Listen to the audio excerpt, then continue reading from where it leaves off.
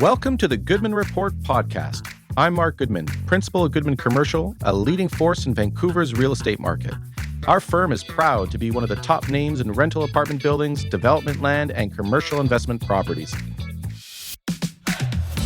Building on over 4 decades of commitment to advocacy and education, the Goodman Report is here to dive into the world of real estate, exploring the latest trends, market drivers, and insights. And along the way, we'll also introduce you to some of the most influential and fascinating voices shaping the industry. Let's get started. I'd like to welcome Richard Littlemore to the show. Richard's bio says he's an author, journalist, speechwriter, and consultant who specializes in issues including urban planning and development, academic affairs, sustainability, and climate change. That's a lot. But here's what I know about Richard. He has spent years writing for the Vancouver Sun and for magazines like BC Business, The Report on Business, and National Post Business. He writes speeches for business leaders and has written many speeches for university presidents, including Martha Piper when she was at UBC and Andrew Petter while he was president at SFU. Richard also writes a lot about real estate and development, including a book for University developer Gordon Harris, as well as a handful of volumes for Westbank boss Ian Gillespie. Richard even burnt his fingers as a politician, once representing Bowen Island on the Metro Vancouver board. And now he's written City Builders, which I can tell you is a sometimes charming, sometimes belligerent story about Peter and Shahram Malek, the brothers who built Olympic Village. Welcome.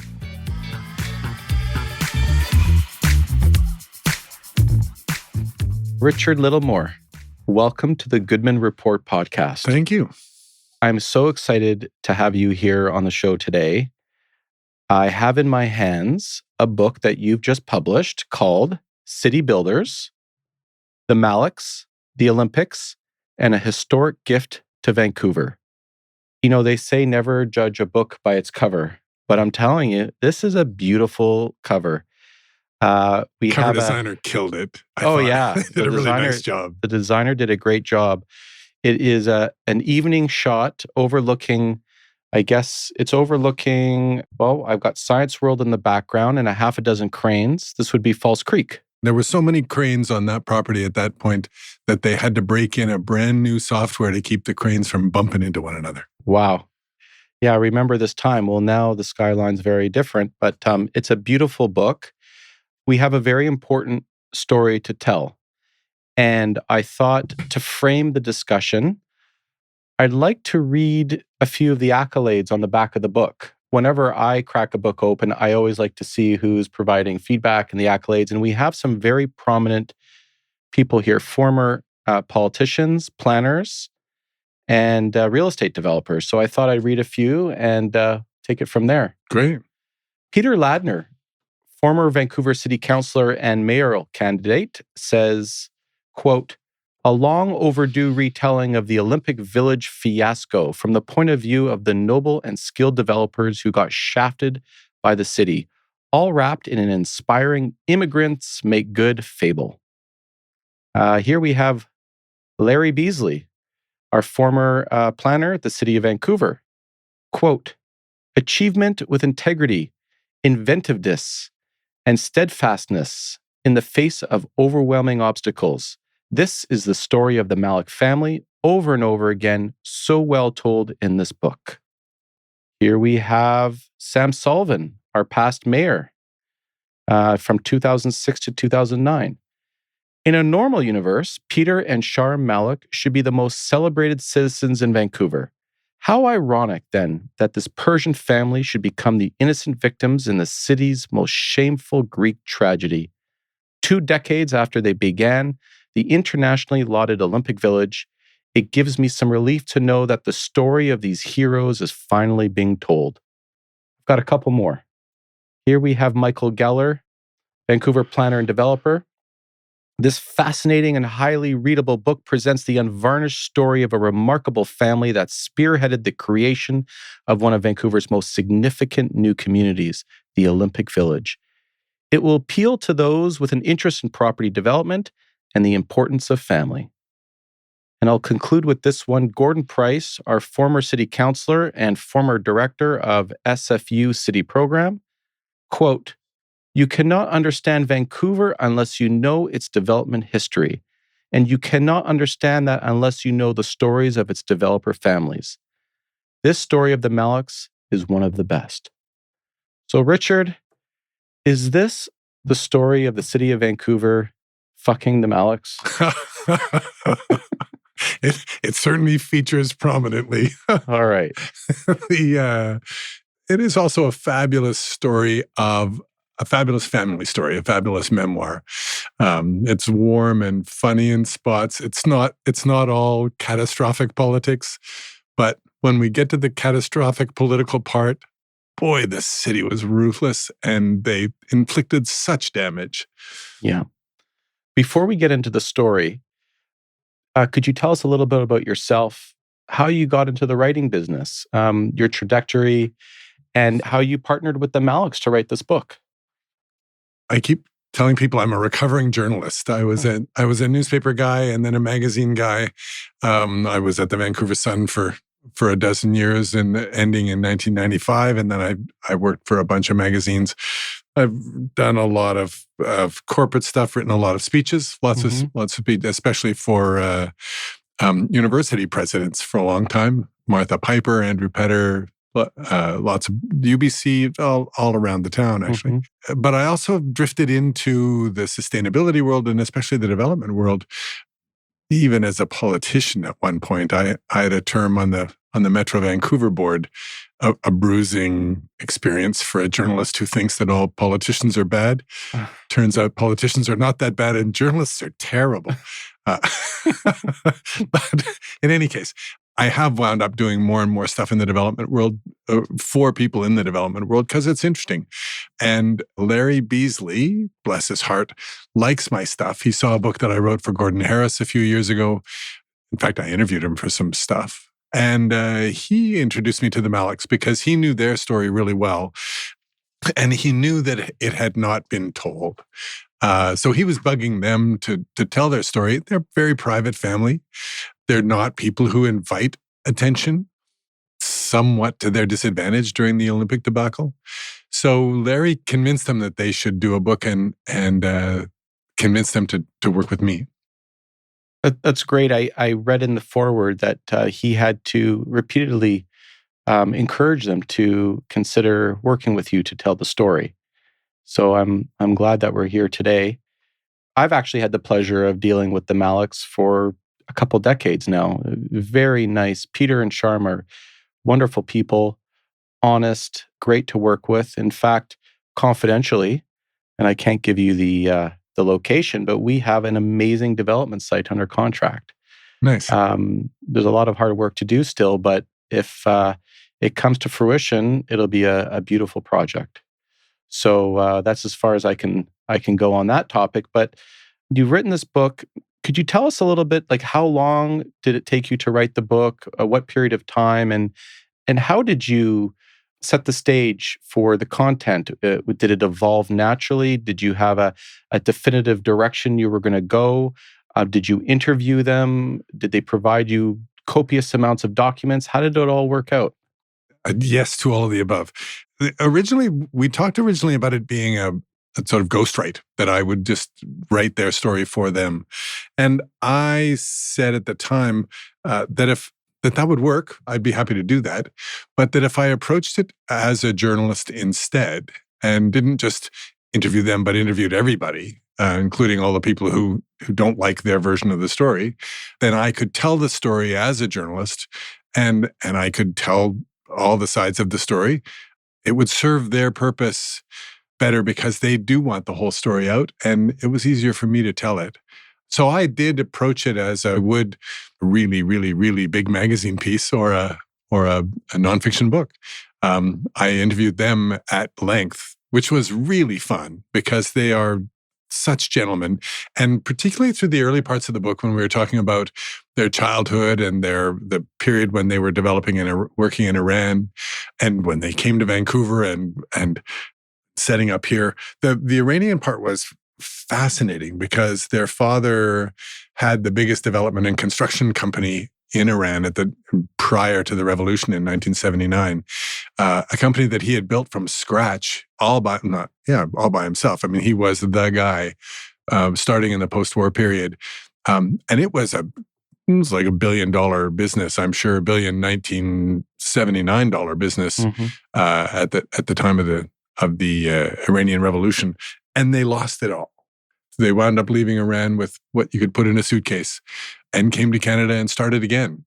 So all of those stories, them telling all those stories was so fascinating. They were schooled in England when they were kids, which was, out of a book all by itself. All of those stories, just two little Persian kids going to private schools in England, and then again back to Iran to hear all of that stuff. Was the memoir pieces in this book are warm and fabulous, and sometimes terrifying, because what they went through in Tehran was really twitchy. There were a couple of moments when they were in real trouble. Yeah.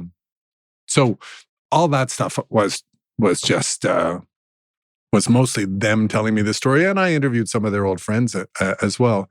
And then we get to the Olympic Village part of the story, which is really just straight up hard journalism. I interviewed them and as many other people as I could find, and I found a lot. Well, at the time, this was a huge, huge, monumental project for the city of Vancouver. And it wasn't just a private development, it was a development to showcase what Vancouver was on the world stage, namely the Olympics. And we've heard over the years other cities having to construct these massive projects to house the athletes and everything else that comes with hosting such a big event. And the consistent theme is over budget, not meeting deadlines. But in this case, despite all the challenges and the roadblocks put up for the Maleks, they actually delivered on time and on budget. There will be people at the city who fight about the budget question, and that comes to one of the important arguments within the book. But they did it on time against insane odds. They had 30 months to build 12 square blocks of buildings. There were 1,100 suites, 1.2 million square feet of residential, 60,000 square feet of retail, and again, I think 13 towers. They had 30 months to do it, and 30 months today, you can't get a building permit for a single building in Vancouver in 30 months. Kidding. Never mind excavate 160,000 cubic meters of toxic dirt from False Creek before you even begin. Like, these guys, they had no time to do this incredibly complex project. But when did it all start? When did this idea come about that they would take down a site like this and build Olympic Village? It was the turn of the century. The city committed to the Olympic Committee that they would be the providers of the Olympic Village, of the place where the athletes' village for the 2010 Olympics. So the city made that commitment and identified this piece of property, which was Southeast False Creek, a property that was former, really toxic, former industrial property, but so gorgeous, such a promising piece of land. The city had been planning to do something with it for a long time.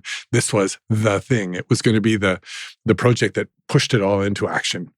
But then they dithered, as cities will, for years. They talked about how they would do it and how they might not do it, and how green it would be and what precisely the standards would be. And they went back and forth, such that it wasn't until 2006 that they actually went shopping for developers to say, okay, yes, we're doing this. We have an idea of what it should look like, and we need the best people in town to bid on it. So they went to market. Yeah. And they, who bid on it? Mm-hmm. Concord Pacific, Concert, Millennium, Wall, and Windmill. Five big developers showed up with the initial proposals, all of which were apparently pretty good. Mm-hmm. But pretty much immediately, Concert and Windmill fell out. So only Concord, Millennium, and Wall submitted final final proposals. And Millennium was, Peter and Shahram would talk about that period and saying that they were straight up nervous because this was absolute madness. I mean, to try to do a project this complicated, this fast, there was a lot of opportunity to go wrong. So they prepared the bid, which was an enormous amount of work, and decided that they were not going to submit it because it was just too crazy. And at the very last minute, and I mean the night before, they went, no, we really have to do this, such that they were printing stuff out and screaming across town. Their assistant was still collating documents because people were still working on paper in those days on the way to City Hall. So Shahram could run up the steps to make the deadline to actually make the submission. And what was the offer price? Huge. $190 million, I think, which was $20 million more than Wall. I think Wall was the next one, the next in line. So it was huge money in 2006, 2007. Big money. And so the people who lost the bid, Wall and Concord, and lots of other people around town, tutted and said, oh, they paid too much. Mm-hmm. They wanted it too badly. And I think at the end of the day, they did want it. Their dad built a whole Olympic structure in Tehran that was, or a whole sports complex in Tehran that was expected to be there was a pretty odds-on favorite to be the venue for an early 80s Olympics that Tehran never wound up bidding on because the revolution blew everything up. So I think Peter and Shahram don't acknowledge that this was a second attempt at that, but I think there was some emotional attachment to the notion. And so they went for it and they went all in. They certainly did. When did things start to go wrong? Kind of right away. So what year are we now? 2007, I guess. Just 6, before 7. the financial crisis. Yeah. So the city set it up weirdly. The city said, okay, we're not going to give you the property. You're the winning bidder, it's great, but we aren't going to give you title to the property. We're going to lease the property to you until after the Olympics. And you're going to build everything and let us run the Olympics, let us house all the athletes. And when that's over, we'll give it back to you. You can do a retrofit to make sure that it's ready for sale as condos, and then we'll give you title. Seems kind of hard to finance a property if you don't own the land. Oh, every bank thought so. Yeah. The banks are all, and Peter and Shahram had a splendid reputation, like a bulletproof reputation around town. And there were banks aplenty lining up to give them money for any reasonable project. But when they're lining up with no title to the property, the banks are all, yeah, we don't think so. And in a couple of cases, in the one case, the Caisse de Dépôt actually said, yeah, maybe we can do this because it's a good bet and you're a good bet. But it turned out that the chair of the Caisse de Dépôt at the time had been around for the Montreal Olympics, mm-hmm. and which is of course famously over budget. And he just said, yeah, I'm not getting into anything that has the Olympic word a little in it. PTSD. Yeah. So they wound up unable, right from the beginning, to get conventional financing. So they wound up going to New York, hedge fund guys, Fortress, who at the time owned Whistler and Blackcomb, the Whistler Blackcomb ski mecca. And so Fortress lent them the money at prime plus 6. Whew, this is like an extortionate amount of money. But the brothers are, as I said, they're all in. So they started working and they put together a huge team. It was 150 architects all drawing at the same time. And pretty much every architect in the city was inking this project. And two, ITC and Metrocan, like two huge construction companies. And the market was jet hot and they were fighting for talent, but they were going gangbusters. It was going to be great. And then 2008 came. Boy, do I remember that time. And the Fortress guys lost their shirts. They never actually went out of business. And these are like cigarette smoking, profanity-using people who just kind of offend the Maleks. The Maleks are so courtly. They're so old world. Yeah. And the idea that someone would drop F-bombs repeatedly through the course of a meeting while sneaking out for cigarettes, or maybe not sneaking out for cigarettes, just offended them. But anyway, they got the money, but Fortress shows up and says, this is not going well. And they started asking all the subcontractors for change orders, like asking the subcontractors, is there anywhere where you're kind of over budget here? And the subcontractors, like, no subcontractor is going to say, oh, no, I have all the money I need, thanks. So Fortress makes this big list of things that are unfunded, and which was, I don't know, 4 parts fictional.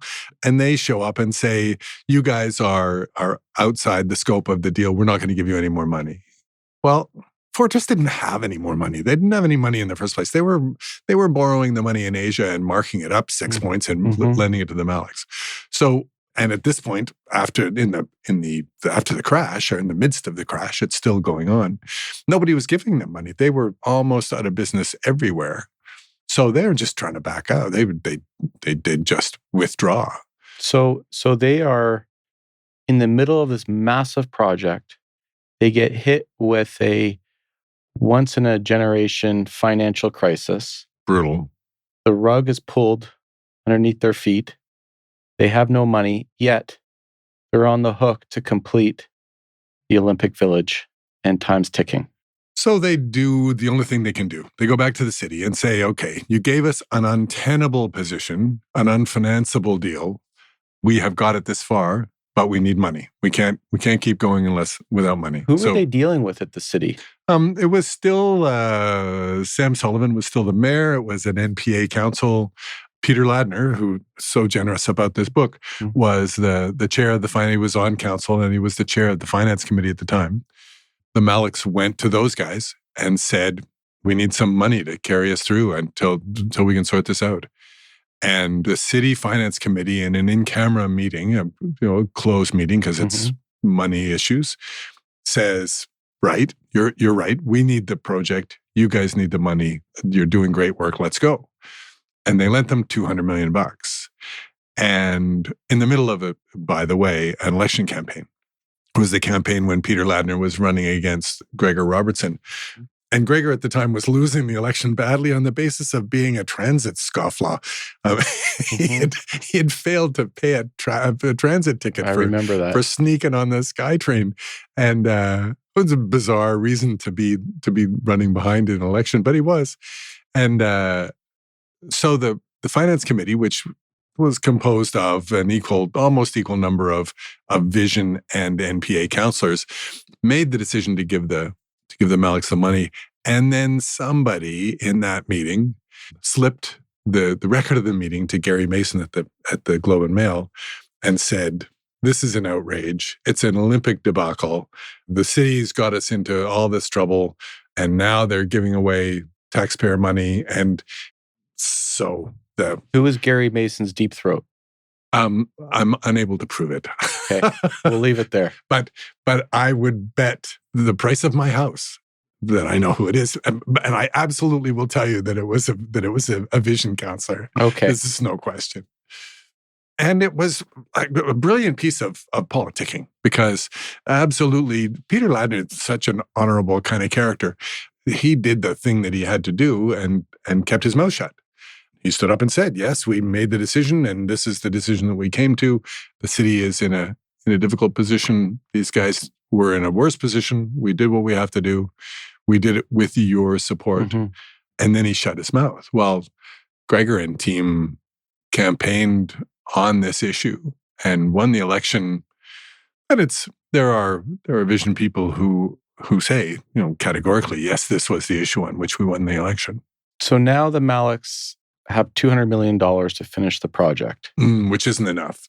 So the city was in a tough spot. And I'll give it to the city. They were, they didn't have the capacity. They didn't have many hundreds of millions of dollars in the bank, and they didn't have the legal capacity to go to the bank and borrow the money and pass it along to the Maleks absent an intervention from the provincial government. Provincial government had to amend the Vancouver Charter to allow them to do that.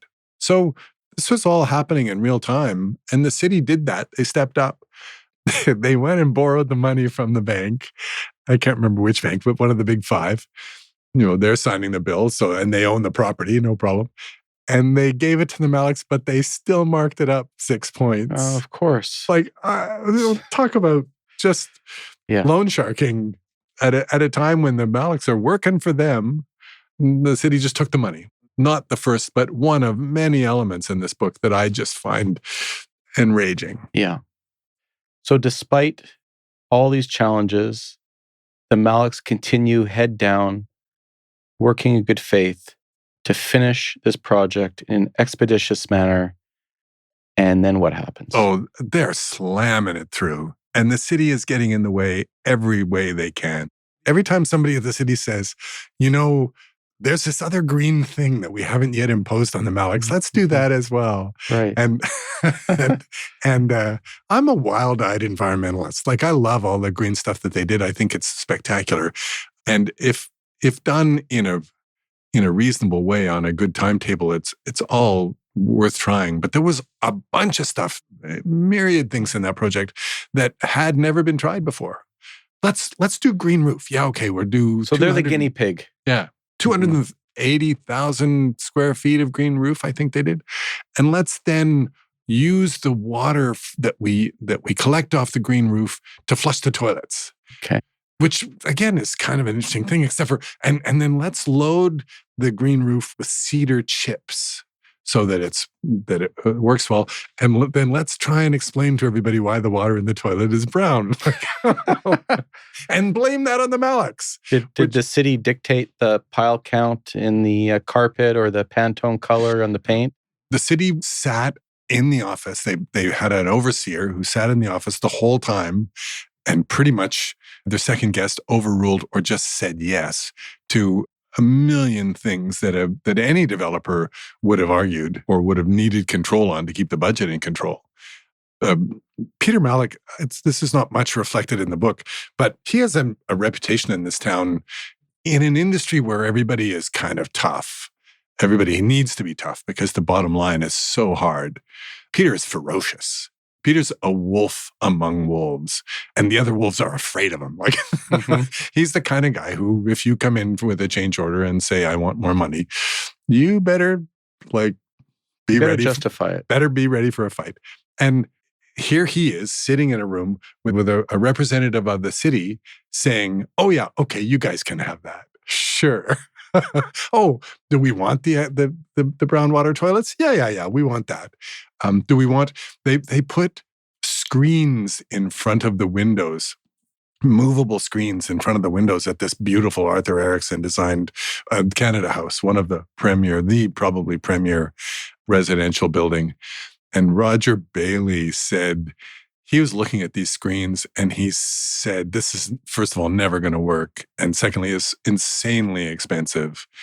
And at the end of the day, he said, we could have hung a BMW in front of every window and moved it back and forth to shade the window, and they would have saved money. Wow. And of course, as soon as the building sold and the Strata Council took over, they said, okay, yeah, turn those things off. That's just way too much trouble. I hate to say it, but almost 2 decades later, not much has changed at City Hall.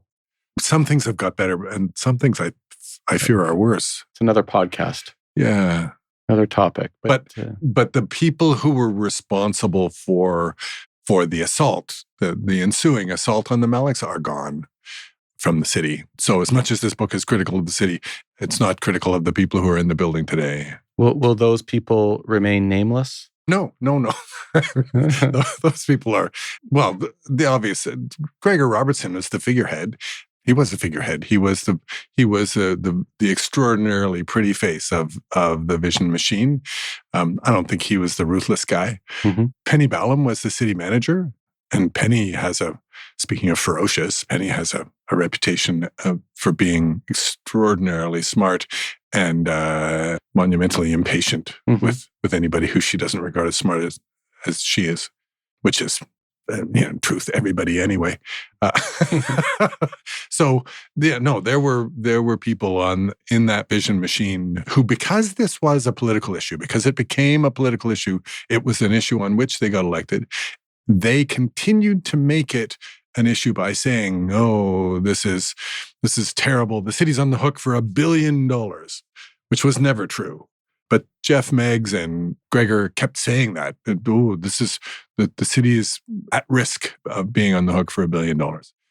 The whole project came in at something under $700 million.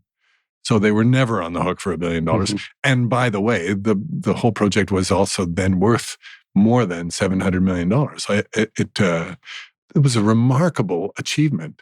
It's absolutely beautiful. Gregor called it the benchmark.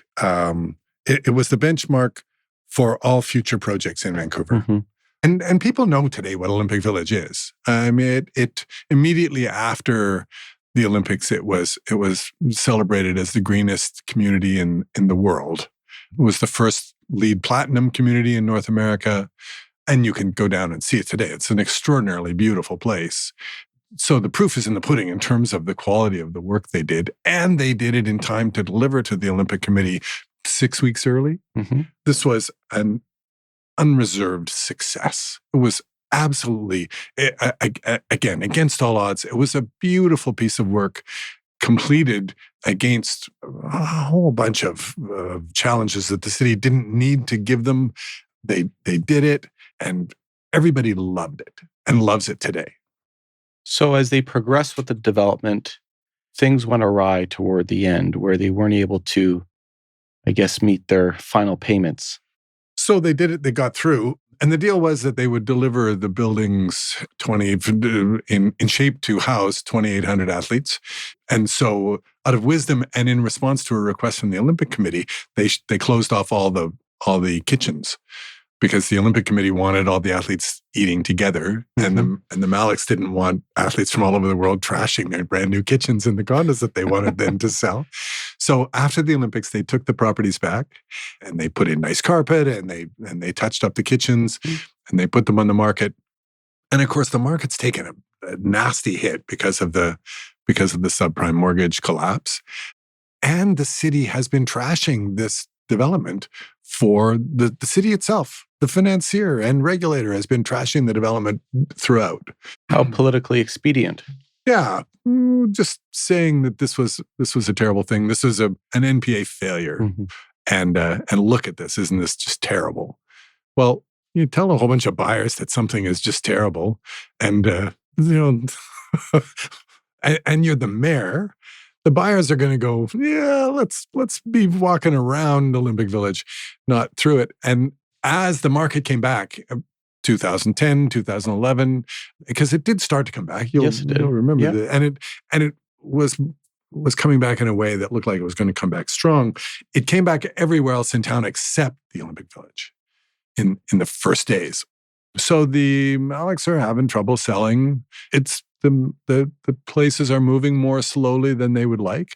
They went to the city and said, "Hey, we need to fire. We need to cut some prices and prime the market here a little bit." And this is the time when Bob Rennie was involved with the marketing campaign. Yeah, Bob was involved from the beginning. And Bob came to them and said, you guys want to sell suites, you're going to have to cut the prices. We're going to have to, because also the village was empty, right? It was this dark, empty place. And the Maleks were receptive to that. The Maleks were absolutely. The Maleks are in business, right? They're going to do the right thing, and they'd worked with Rennie for years. And Rennie said, "So let's sell some units. Let's get some people in this village." And the city said no. And the city now is, they're the regulator, they're the financier, they have all of the cards. They're overruling everything that they feel like they need to overrule with the Maleks. They refuse to let them cut the prices. They refuse to let them bulk sale any units to just get some money together. So come the fall of 2010, I guess the Maleks came up $8 million short on a $200 million loan payment. So they owed 200. They gave the city 198 on the day and said, we're working on it. And the city called back the next day and said, right, we own everything. You're in receivership. We're dumping you to the wolves, and we're taking over. I find this amazing that there would be no leeway. Even in this environment today, the last couple of years, there's been court-ordered sales and receiverships, but there's a process. There's a time where they give a grace period, where they try to work with the developer to try to ease the pain. And here they are off a fraction of the totality of the loan. And the next day they draw a line in the sand and say, you're out. You're done. You're done. Just like that. The Maleks were dealing with a bank in that moment. No bank in the world is going to say, ooh, you're $8 short on a $200 mortgage payment. We're taking your house. Like the bank would say, don't do that again. Like next month, you better have the whole $200. And if you were, missing your loan payment, your mortgage payment for 6 months in a row, then they'd start talking about taking your house. To push these guys off the cliff at that moment, just an inexplicable intervention. And of course, there may be an explanation, because the Vision was going to have to face the electorate the subsequent year, and they probably would like to go into that election being able to boast that they were good financial managers. And one way to do that was to trash the Maleks, take everything, and be out with a paper that looked balanced before the election. I'm leaning into that a bit, but they did, in fact, engage Ernst & Young as a receiver. They took not just the project from the Maleks, but every bit of security that the Maleks had put up for the project from the outset. They tried to take their house. They tried to take their homes, and would have, except that the homes, just by choice, the dad was still on title in both homes. Peter and Shahram's father was still on title. Yeah. Amir, he was guy was amazing. He was back in Paris building everything he wanted to. He'd started a new development company in Paris at age 70 and was just ripping along. So the city called him and said, "Oh, we see that your name is on title for your son's houses, and we'd like to seize those houses. Would you mind removing your name from the title?" Sure, I'll sign right here. and Amir declined. Wow. But so the city just took everything. And there's this tragic, it's an opening anecdote for the book, tragic moment where they get dragged into the lawyer's office to sign over hundreds of millions of dollars. There's a picture in the book, which is amazing. And it's the story of Peter walking into City Hall. Oh, it's in a lawyer's office downtown. Is it a lawyer's office? Yeah. And there is just this long boardroom table, and it's just stacked with document after document after document. And he's just sitting there looking deflated. It looks like he's facing a firing He's squad. got to sign his whole life away. Oh, just awful, awful, awful moment. And then the city kept at them. Like the city said, okay, you have to give up the option on the property that's kitty corner from the village, because we don't want people to be seeing you guys develop next door, because it'll make it look like we didn't take everything that you have. And we don't want you, they just made life extraordinarily difficult for the Maleks. And I never got to talk to Penny. She declined, Penny Ballum. So I can't say this for sure, but Peter and Shahram said that she had recommended to them that they become consultants, because she didn't want to see them back in the development world, because it would have reflected on the city. It would have suggested that the city didn't take everything. But the city took everything, and Ernst & Young did a fire sale on all that stuff. And there were 22 properties, I think, that they sold within a couple of months. And the E&Y people at the city actually say that they got a good deal they got good value out of those properties. And Peter and Shahram wince, because these were prime properties that they were planning to develop, or interesting things, or stuff that they loved that they'd kept. And you're in this business, I'm not. You don't just walk into the market and dump everything you have in 3 months. No. In order that you can show the electorate that you're tough guys. I mean, not if you expect to get decent value out of all those properties. Yeah, they could have sold it over an extended period of time and not flood the market with supply all of a sudden. You're flooding the market. You're taking whatever the people will give you in that moment. And the other thing that happened, of course, is that after they pushed the Maleks out, they did this big announcement that now Bob Rennie was in charge and they were going to have a proper sales campaign in the village. And like Bob had been in charge all along. It's just that somebody was finally taking his advice. So Ernst & Young, he said to Ernst & Young, same thing he'd said to the Maleks, you need to mark some product down and you need to, and ultimately they did wind up bulk selling some units as well, just in time to do the nice press conference that was, get them all ready to go into the next election campaign.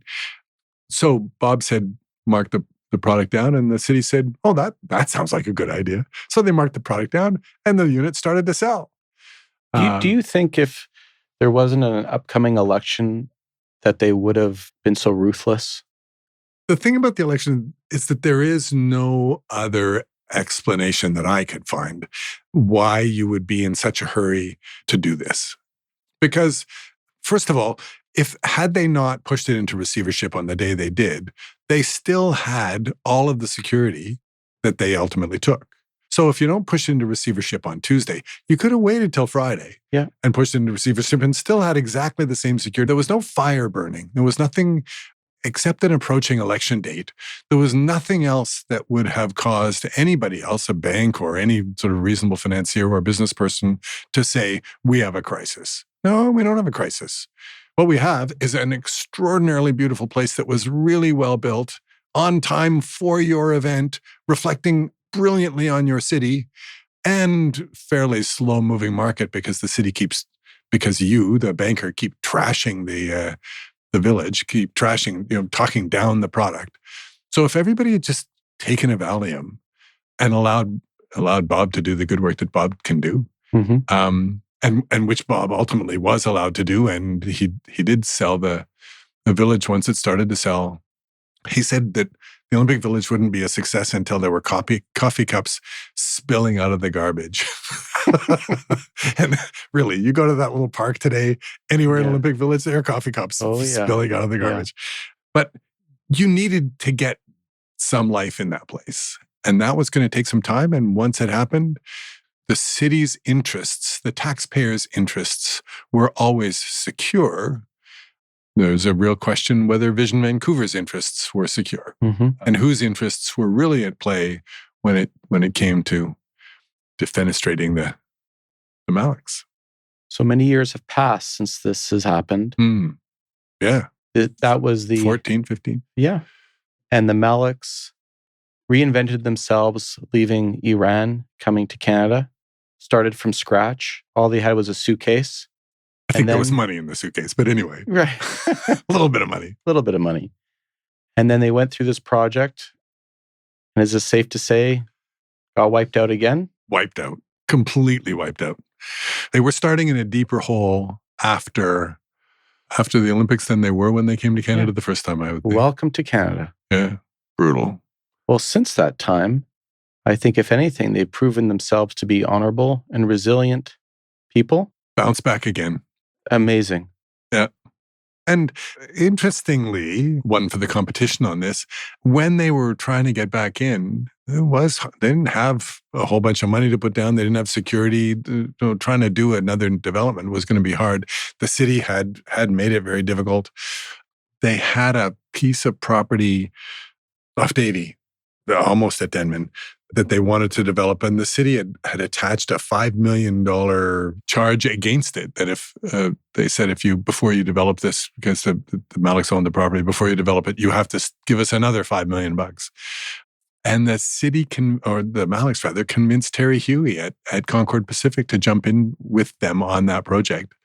Terry's never done a joint project with anybody else. Guys built 169 towers in Canada, or I don't know, mostly in Canada since Expo, and never done a project with any other company. Is that the one in English Bay on Davie Street? Yeah. Yeah, we actually sold the rental airspace parcel on behalf of Millennium and Concord many years ago. Oh, nice. Yeah, I totally forgot about that. Yeah. It was a new concept at the time. Airspace parcels traditionally were popular in Europe and other countries.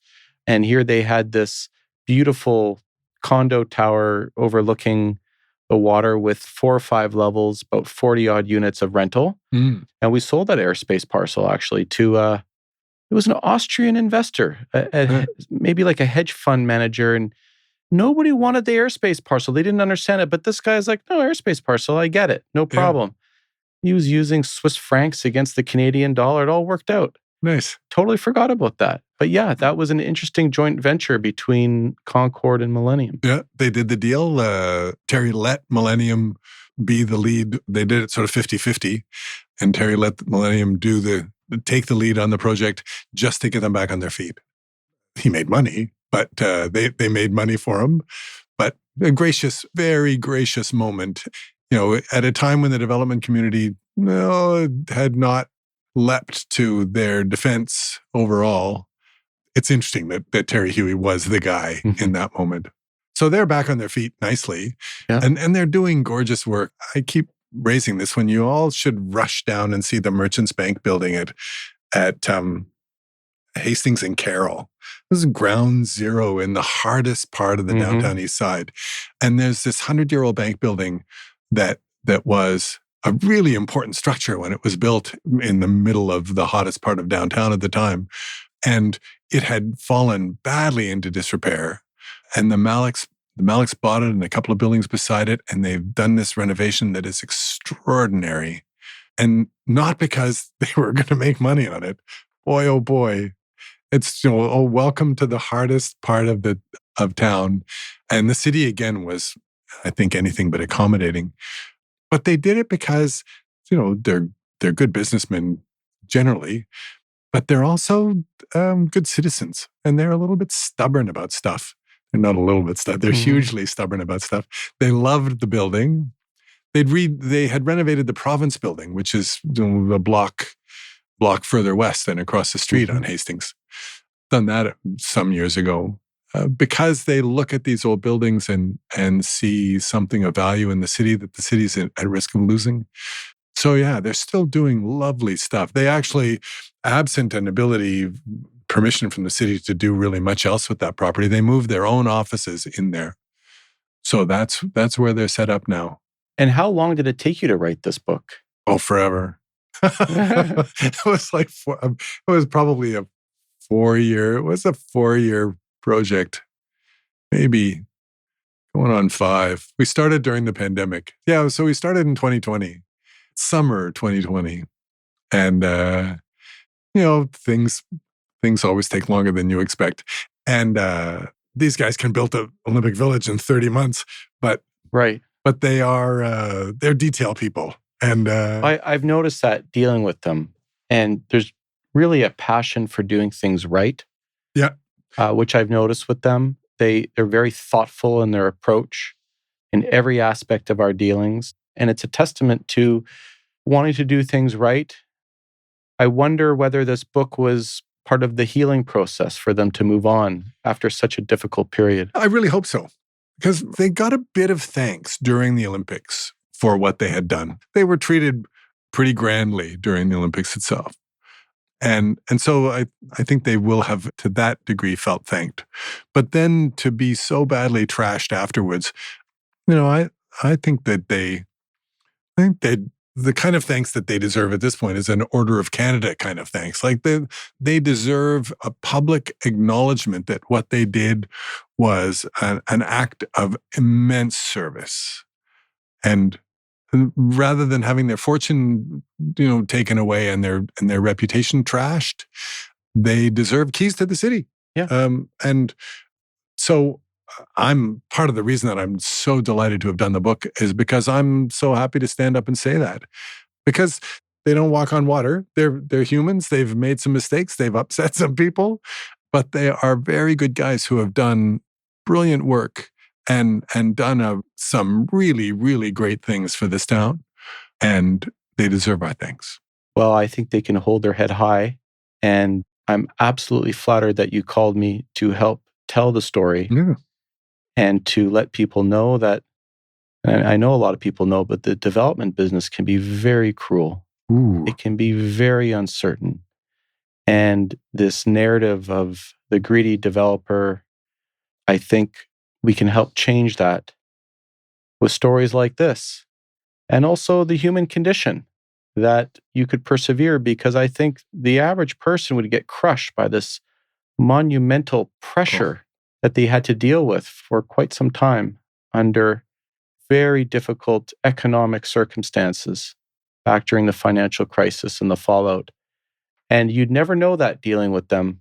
I mean, of course, I knew of the story, but not until I read your book. And I've learned a few more things during our chat. Nice. This afternoon. If you lose your shirt in the development business, you're just another guy. I mean, it's a tough go, and lots of people fail. It's difficult. But to fail because the market gets you or because you made a mistake is different than failing because a government comes looking for you. Yeah. And I think that's particularly for people who had guns stuck in their face in Tehran during the revolution and came to this country believing that they were in a safe place, to have another government come looking for them was a stunning reversal, a terrible tragedy, and again, something I think they deserve an apology and some thanks. The city of Vancouver also had a gun to their head, so to speak, during this time. Well, the city of Vancouver was holding the gun. Right. They were holding the gun. Yeah. They were blowing their own brains out or threatening to. Well, where can people buy your book? I hope everywhere, but certainly, city builders online, chapters or any of the Amazon. Not that Jeff needs any more of our money, right? But yeah, it should be. It drops on the 26th. It should be out in bookstores and certainly will be available late February. Yes. So people listening to this will know that the book is already out. The book should be there, and again, it's got all that flattery on the back that's so nice, and a fabulous picture on the front. It's good. It's a great book. Richard, did you want to read what do you call that? The flyleaf? The flyleaf. This summarizes the book quite well. Vancouver developers Peter and Shahram Malek have lost two great fortunes, both times at the hands of a hostile government. First, as young men in the flush of success, they were forced from revolutionary Iran, leaving behind the massive construction and development business built by their father.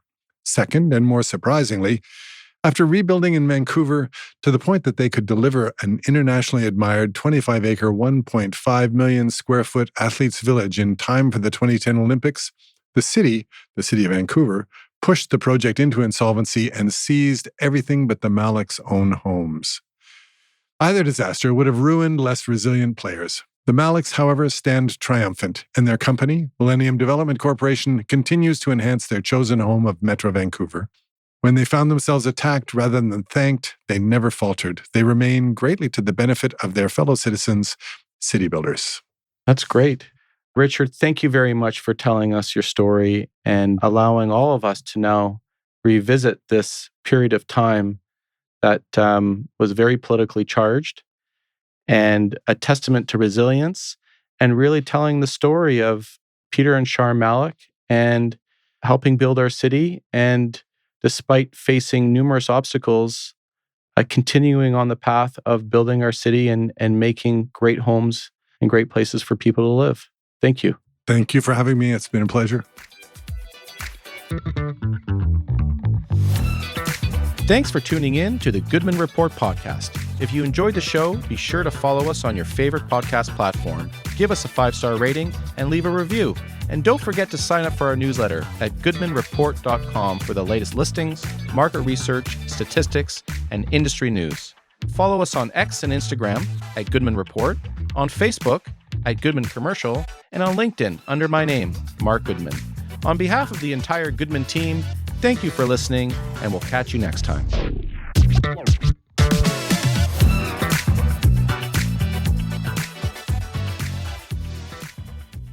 This podcast is produced by Podfather Creative.